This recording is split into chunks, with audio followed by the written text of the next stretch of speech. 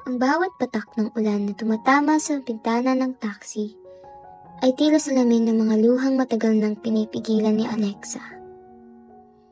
Ang kanyang mundo ay gumuho sa loob lamang ng isang araw. Ang relasyong inakala niyang magtatagal habang buhay ay nagtapos sa isang malamig na text message. At kasabay nito, ang pangarap niyang karir na matagal niyang pinaghirapan ay natunaw din nang biglaang mawala siya ng trabaho. Sa edad na 25, pakiramdam ni Alexa ay wala na siyang anumang hawak. Ang mga pangarap na minsan niya'y binuo ay nagkalat na ngayon sa sahig. At siya ay nakaupo sa gitna ng mga durog na piraso. Walang alam kung paano muling bubuuin ang kanyang sarili.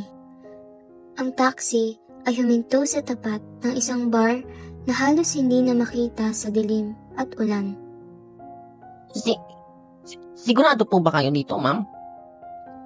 Tanong ng driver na tila nagtataka. Marahil ay sanay siya sa mga pasaherong pumupunta sa mas magagarang lugar. Hindi sa isang bar na tila may libo-libong kwento ng kalungkutan sa bawat sulok. Oo, Manong. Mahina niyang sagot na halos hindi na marinig sa lakas ng ulan. Binayaran niya ang pamasahe at bumaba.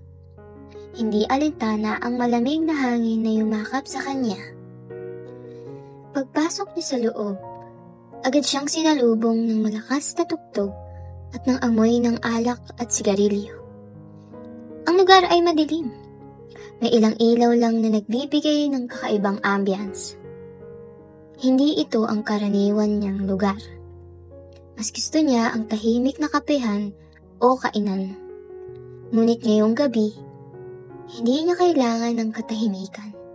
Ang kailangan niya ay ingay na papatay sa bawat boses sa kanyang isip.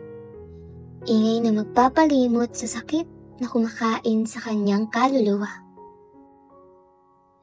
Umupo siya sa isang bakanting stool sa bar at nag-order ng pinakamalakas na inumin na alam niya. Isang shot ng tequila.